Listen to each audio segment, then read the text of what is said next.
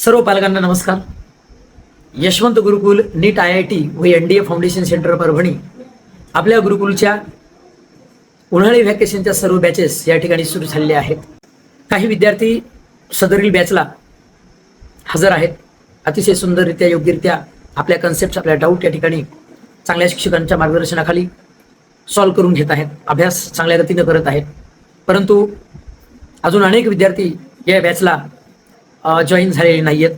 ज्या पालकांना आपल्या पाल्याच्या शिक्षणाच्या माध्यमातून काहीतरी करिअर घडवून आणायचं आहे, काहीतरी शिक्षणाच्या माध्यमातून शिक्षणाच्या मार्गातून काहीतरी उद्याचं आयुष्य भविष्य घडवायचं आहे, त्या पालकांना विशेष आव्हान आहे. त्या विद्यार्थ्यांनाही विशेष आव्हान आहे की आपण आज भलेही हुशार असतील, आज आपण बरेही शिक्षणामध्ये थोडीशी बऱ्यापैकी असतील, परंतु एक गोष्ट लक्षात ठेवा, आपल्याला पुढे जे शिक्षणातून काही ना काहीतरी आपल्याला घडवायचे, पुढे आपल्याला शिक्षणाच्या मार्गातून काही ना काहीतरी करायचे, असा प्रत्येक मार्ग, त्या प्रत्येक मार्गामध्ये आपण एकटे चालणार नाहीत हे लक्षात ठेवा. शिक्षणाचा कोणताही मार्ग असू द्या, उद्या शिक्षणातून तुम्हाला जी काही प्रगती साधायची आहे त्या प्रत्येक प्रगतीच्या मार्गामध्ये आपण एकटे नाही आहोत हे लक्षात ठेवा. लाखो विद्यार्थी आपल्या सोबत आहेत. त्यामुळं प्रचंड स्पर्धेच्या युगामध्ये आपण आहोत हे आपल्याला आज या गोष्टीची आपल्याला जाणीव असणं गरजेचं आहे. आता 12वीच्या स्पर्धा परीक्षांचं जर सांगायचं झालं तुम्हाला, तर नीट असो, JEE असो किंवा CET असो किंवा कोणत्याही स्पर्धा परीक्षा असू द्या, आता नीटचं किंवा JEEचं तुम्हाला सांगायचं झालं तर IITला लागण्यासाठी जवळपास 20 लाख विद्यार्थी परीक्षा देत असतात. 20 लाख विद्यार्थी या परीक्षेची तयारी करत असतात आणि जागा एकूण असतात 18,000 19,000 जागा. म्हणजे 20 लाख विद्यार्थी आणि जागा किती? 18-19,000. म्हणजे विद्यार्थ्यांच्या तुलनेमध्ये 1% जागा नाही आहेत हे लक्षात ठेवा. म्हणजेच 99% विद्यार्थी या स्पर्धेतून बाद होणार आहेत. 99% विद्यार्थ्यांचं IIT क्रॅक किंवा JEEचं होणार नाही हे आपल्याला कळणं गरजेचं आहे. मग त्यामध्ये 1% विद्यार्थ्यांना जर जागा मिळणार नसतील तर आपल्याला हे कळणं गरजेचं आहे की ही जी स्पर्धा आहे या स्पर्धेमध्ये आपलं लेकरू 1% आहे का, किंवा मूळ म्हणजे ही स्पर्धा तुमच्या लेकराची स्पर्धा जी आहे ती तुमच्या गावातल्या विद्यार्थ्यांसोबत नाहीये, तुमच्या हॉस्टेलच्या किंवा तुमच्या शाळेच्या विद्यार्थ्यांसोबत नाहीये, तुमच्या राज्याच्या विद्यार्थ्यांसोबत सुद्धा नाहीये. तर ह्याच स्पर्धा असतात, त्या संपूर्ण भारतातील विद्यार्थ्यांसोबत स्पर्धा असतात हे आपल्याला लक्षात ठेवणं गरजेचं आहे. आपले स्वप्न मोठे असतील तर आपले काम देखील मोठं असणं गरजेचं आहे. आणि स्वप्न त्यांचीच पूर्ण होत असतात ज्यांचा त्यागही मोठा असतो. मोठी स्वप्न पूर्ण करण्यासाठी त्याग मोठा असणं गरजेचं आहे.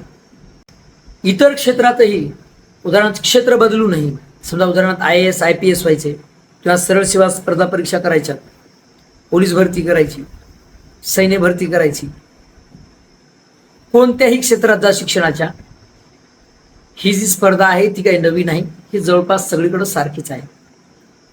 आपल्याला सांगणे एकच आहे, शिक्षणाच्या माध्यमातून जर तुम्हाला तुमचं भविष्यात काहीतरी करायचं असेल, भविष्य घडवायचं असेल, पालकांना देखील सूचना आहे, आज विद्यार्थ्यांचं जर फाउंडेशन तुम्ही डेव्हलप केलं नाही, आज विद्यार्थ्यांचा पाया जर भक्कम केला नाही, आज जर तुम्हाला वाटत असेल की थोड्याशा 1-2 महिन्याच्या उन्हाळ्यानं किंवा काय होणार आहे काय नाही, तर याचा खूप मोठा परिणाम होत असतो. कारण 2 महिने विद्यार्थी गावाकडे गेल्याच्या नंतर ते 2 महिने ते जातातच जातात, परंतु गावाकडे गेल्याच्या नंतर कोणताही विद्यार्थी पुस्तकाकडे अजिबात बघत नाही, अभ्यास करत नाही. त्यामुळे त्या 2 महिने तर जातातच जातात, परंतु त्याच्या अगोदरचे जे 2 महिने त्यांना अभ्यास केलेला असतो तो सुद्धा त्याच्या लक्षात राहत नाही. आणि शिक्षण ही एका साखळीच्या पद्धतीनं असते. साखळीची एक कडी तुटल्याच्या नंतर पूर्ण साखळी तुटत असते आणि ती साखळी पुन्हा जोडण्यासाठी खूप मेहनत आणि खूप परिश्रम लागत असतात. तर सेम शिक्षणाच्या माध्यमातूनच तसं आहे. विद्यार्थी तुमचा 2 महिने गावाकडे आहे, 2 महिने कुठल्याच पद्धतीचा त्यानं अभ्यास केला नाही, म्हणजेच अगोदरचं 2 महिन्यापूर्वीचं त्यानं जे काम केलेलं होतं, म्हणजे अगोदर 2 महिन्यापूर्वी त्याला जे गणित येत होते, जे फॉर्म्युले येत होते, जे फिजिक्सचे किंवा केमिस्ट्रीचे किंवा मॅथमॅटिक्सचा जो काही त्याचा अभ्यास त्याला येत होता, तर ते आज त्याला येणार नाही. म्हणजे या 2 महिन्यामुळं पाठीमागचे 2 महिने गेले, या 2 महिन्यामुळं मागचे अभ्यास खंड पडल्यामुळं पुढे आल्याच्या नंतर ते त्याला पुन्हा अजून 2 महिने कळणार नाही. म्हणजे या 2 महिन्यामुळं अगोदरचे 2 महिने जातील आणि पुढचे देखील 2 महिने जातील, हे पालकांना कळणं गरजेचं आहे. आणि या प्रचंड स्पर्धेमध्ये वेळेवर तयारी करण्यापेक्षा आता अशी स्थिती निर्माण झालेली आहे, परिस्थिती आता अशी निर्माण झालेली आहे की वेळेच्या अगोदर तयारी करणं गरजेचं आहे, तरच त्याला काही ना काहीतरी मिळणार आहे.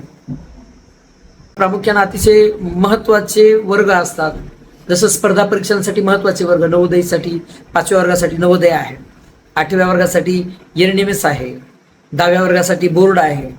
ज्यांनी 10वीची परीक्षा दिलेली आहे त्यांच्यासाठी नीट आणि IITचं फाउंडेशन महत्त्वाचं आहे 2 महिन्यामध्ये. किंवा ज्याला कोणत्याही गोष्टी करायच्या असतील तर त्या प्रत्येकालाच आज अत्यंत अशी स्थिती निर्माण झालेली आहे की वेळेच्या पूर्वी त्यांनी तयारी करणं गरजेचं आहे. अशा विद्यार्थ्यांनी तरी निदान आपलं व्हॅकेशन करणं गरजेचं आहे. उन्हाळ्याची जी बॅच असते ती बॅच करणं गरजेचं आहे.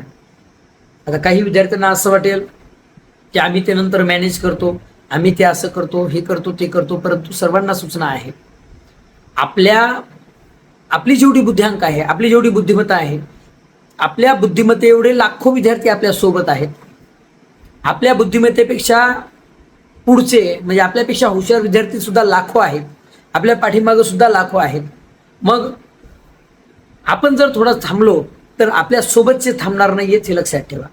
मग जे विद्यार्थी आपण थांबल्याच्या नंतर जर दुसरे इतर जर विद्यार्थी अभ्यासाच्या माध्यमात किंवा अभ्यासाच्या गतीमध्ये सातत्यानं काम करत असतील, अभ्यास करत असतील, तर निश्चितच ते आपल्याला मागे टाकून ते विद्यार्थी पुढे जाणार आहेत हे लक्षात ठेवणं गरजेचं आहे. आणि मग होणार काय यातून, आपण हळूहळू मागे पडतील. थोड्याशा गोष्टीकडे पालकही पाहत असतात, परंतु पुढे याचा असा परिणाम होतो की 11वी आणि 12वीला पालक लाखो रुपये खर्च करतात आणि लाखो रुपये खर्च करून सुद्धा विद्यार्थ्यांचा निकाल येत नसतो, थोड्याहून निकाल जात असतो. किंवा मग नंतर कॉम्प्रोमाइज करत असतात पालक किंवा विद्यार्थी सुद्धा करिअरसाठी दुसरंच क्षेत्र निवडत असतात. किंवा मग रिपीट करावं लागते, 2-2 वर्षे 3-3 वर्षे एक्स्ट्राचं रिपीट करावं लागते, कारण पुढे प्रचंड स्पर्धा आहे. आपण एकटेच पुढे नाही आहोत हे लक्षात घेणं गरजेचं आहे. आणि रिझल्ट मग कोणाचा येतो नंतर, तर जे सातत्यानं काम करते, जे सातत्यानं अभ्यास करणार आहेत, सातत्यानं मेहनत घेतात, तर त्या विद्यार्थ्यांचा रिझल्ट येत असतो. आणि मग कुठेतरी आपला रिझल्ट येत नाही हे आपल्याला कळणं गरजेचं आहे. कारण अगोदर कुठेतरी आपण पॉज घेतलेला असतो, अगोदर आपण कुठेतरी थांबलेलो असतो, त्याच टायमाला हे विद्यार्थी कुठं थांबलेले नसतात, सातत्यानं अभ्यास करणारे असतात. आणि म्हणून यांच्या कंटिन्युटीमध्ये, यांच्या सातत्यामुळे यांचं जो काही रिझल्ट असतो, यांचं जे यश असते ते यांना मिळते आणि आपले विद्यार्थी कुठेतरी पाठीमागं पडत असतात. म्हणून पालकांना सूचना आहे की या गोष्टीकडं खूप बारकाईनं लक्ष देणं गरजेचं आहे, जर आपल्याला शिक्षणाच्या माध्यमातून आपल्या लेकरांचं काही करायचं असेल तर. नाहीतर काय आवश्यकता नाही बाकीच्या सगळ्या गोष्टीच्या खटाटोप करण्याची बी. अनेक विद्यार्थ्यांमध्ये करिअर करण्याची क्षमता आहे, विद्यार्थ्यांमध्ये भरपूर असे पोटेन्शियल आहे, विद्यार्थ्यांच्या खूप चांगल्या क्षमता आहेत. अनेक विद्यार्थी खरंच जे ठरवलं ते बनवू शकतात, खूप हुशार विद्यार्थी आहेत. परंतु त्यांची ही हुशारी, त्यांचा तो वेळ आहे त्यांच्या करिअरसाठी, त्यांच्या ज्ञानासाठी, त्यांच्या आयुष्यासाठी घालणं आता गरजेचं निर्माण झालेलं आहे. कारण येणारा काळ, येणाऱ्या स्पर्धा ह्या अतिशय नेक्स्ट लेवलला पोहोचलेल्या आहेत हे आपल्याला पालकांना कळणं गरजेचं आहे. लेकरांचं सध्याचं वय हे घडण्याचं आणि बिघडण्याचं दोन्हीही समान रेषेवरचं असते. म्हणून आपण आपल्या लेकरांना घडवण्यासाठी खूप प्रयत्न करणं गरजेचं आहे. आणि आजच्या कंडिशनमध्ये जो कार्यक्रम असा झालेला आहे, प्रत्येक गावागावामध्ये, प्रत्येक खेड्याखेड्यामध्ये असा कार्यक्रम झालेला आहे की तुम्ही तुमच्या लेकरांना घडवण्यासाठी जेवढे प्रयत्न करणार आहात त्याहीपेक्षा जास्त तुम्हाला तुमचे लेकरं बिघडू नये यासाठी प्रयत्न करणं गरजेचे आहे आणि ही गरजेचं निर्माण झालेलं आहे. म्हणून पालकांना एकच आव्हान आहे की आपल्या लेकरांमध्ये जी काही क्षमता आहे, जे पोटेन्शियल आहे, ते पोटेन्शियल वाया न जाऊ देता किंवा ते पोटेन्शियलला वेगळी दिशा, वेगळा मार्ग मिळू न देता आपल्याला त्याच्या क्षमतेचा एक योग्य मार्गावर त्याची क्षमता आपल्याला आणणं गरजेचं आहे. तसेच आज अनेक विद्यार्थी 8वीच्या नंतर थोडंसं म्हणजे ट्रॅकच्या बाहेर गेलेले दिसत आहेत. अनेक विद्यार्थी, काही पालकही आम्हाला येऊन म्हणत आहेत, सर 8वी 9वी पर्यंत ओके होता, चांगला होता, परंतु 9वीपासून 8वीपासून थोडासा वेगळा वागायला विद्यार्थी. तर त्याला अनेक कारणं आहेत. हे पालकांनी अतिशय बारकाईने ह्या गोष्टीवर लक्ष ठेवणं गरजेचं आहे. कारण 7वी 8वीपासून 8वी 9वीपासून आपण लेकरांना मोबाईल देत आहोत. तसेच गावाकडे सुट्ट्यांमध्ये त्या लेकरांना आपण गाड्या शिकवत आहोत, मोटरसायकल शिकवत आहोत. मग गावामध्ये इकडं तिकडं मोटरसायकल फिरवायला त्या लेकराला खूप चांगलं वाटायला, मोबाईलवर रील्स स्क्रोल करायला, व्हिडिओज पाहायला, गेम्स खेळायला त्या लेकराला आवड निर्माण व्हावी. आणि मग इकडं शिक्षण क्षेत्रामध्ये, कारण शिक्षण क्षेत्र काय आवडीचं क्षेत्र नाही, शिक्षण क्षेत्रात खूप मेहनत करावी लागते, प्रचंड अभ्यास करावा लागतो. मग ह्यापेक्षा त्या विद्यार्थ्याला गावाकडं गाडीवर फिरणे, गावाकडं मोबाईल पाहणे, मोबाईल्सवर मित्रांना फोन करणे, मित्रांच्या टोळक्यांमध्ये बसणे, गेम्स खेळणे हे त्यांच्या आवडीचा विषय बनत चाललेला आहे. आणि अगोदर जो खरोखर हुशार विद्यार्थी आहे, त्याच्यामध्ये खरंच खूप प्रचंड क्षमता असलेला विद्यार्थी होता, परंतु आता एक वेगळ्या वळणाला बी जाण्याचा या ठिकाणी बऱ्याच विद्यार्थ्यांचा सुद्धा या ठिकाणी आपल्याला दिसत आहे. प्रकर्षाने विद्यार्थी असे वेगळ्या वळणाला जाताना असताना दिसत आहे. म्हणूनच मी म्हणलेलं आहे की घडण्यासाठी जेवढे प्रयत्न करावे लागतात तेवढेच बिघडू नये यासाठी सुद्धा आपल्याला आपल्या लेकरांना प्रयत्नशील असणं गरजेचं आहे. पालकांना पुन्हा पुन्हा सूचना आहे की आपल्या लेकरू भविष्यामध्ये काहीतरी घडविण्यासाठी त्याचा वेळ कोणत्या मार्गावर खर्च करायला आहे. आता तुम्हाला काय कोणत्या क्षेत्रात लेकराला न्यायचंय किंवा लेकराला आपल्या लेकराला काय बनायचे, काय व्हायचे भविष्यामध्ये, तर त्याला जे बनायचे, त्याला जे व्हायचंय, तर त्या क्षेत्रात त्याचा वेळ किती चाललाय आणि त्याच्या व्यतिरिक्त क्षेत्रात किती वेळ चाललाय हे आपल्याला तपासणं गरजेचं आहे. शेवटी एकच सांगायचं आहे की शिक्षणाच्या कन्सेप्ट ह्या आहेत त्या दिवसेंदिवस खूप किचकट होत चाललेल्या आहेत. जॉब किंवा करिअर खूप धोक्यात येत आहे. समाजामध्ये आपण पाहत आहोत की छोटे छोटे मुलं, अगदी 9वी 10वीचे बी विद्यार्थी एका वेगळ्या वळणाला वागत असताना आपण पाहत आहोत गावागाड्यामध्ये. त्याचबरोबर सरकारला आपल्या लेकरांच्या करिअरशी, सरकारला आपल्या लेकराच्या भवितव्याशी काही देणं घेणं उरलेलं नाही आहे. त्यामुळं माझी प्रत्येक पालकांना विनंती आहे की आपल्या लेकराच्या करिअरसाठी खूप जागृत असणं गरजेचं आहे. आपले लेकरू शिक्षणाच्या ट्रॅकवर किंवा शिक्षणाच्या गतीमधून थोडाही खंड पाडू न देता त्याला योग्यरित्या शिक्षणाच्या माध्यमात ठेवणं गरजेचं आहे. त्याच्या सवयीवर, त्यांच्या जडणघडणीवर आपल्याला लक्ष ठेवणं गरजेचं आहे. लेकरांना वारंवार पटवून सांगणं गरजेचं आहे. वर्षी आपण विद्यार्थ्यांच्या प्रगतीसाठी, विद्यार्थ्यांच्या विकासासाठी नवनवीन काहीतरी कन्सेप्ट घेऊन येत असतो.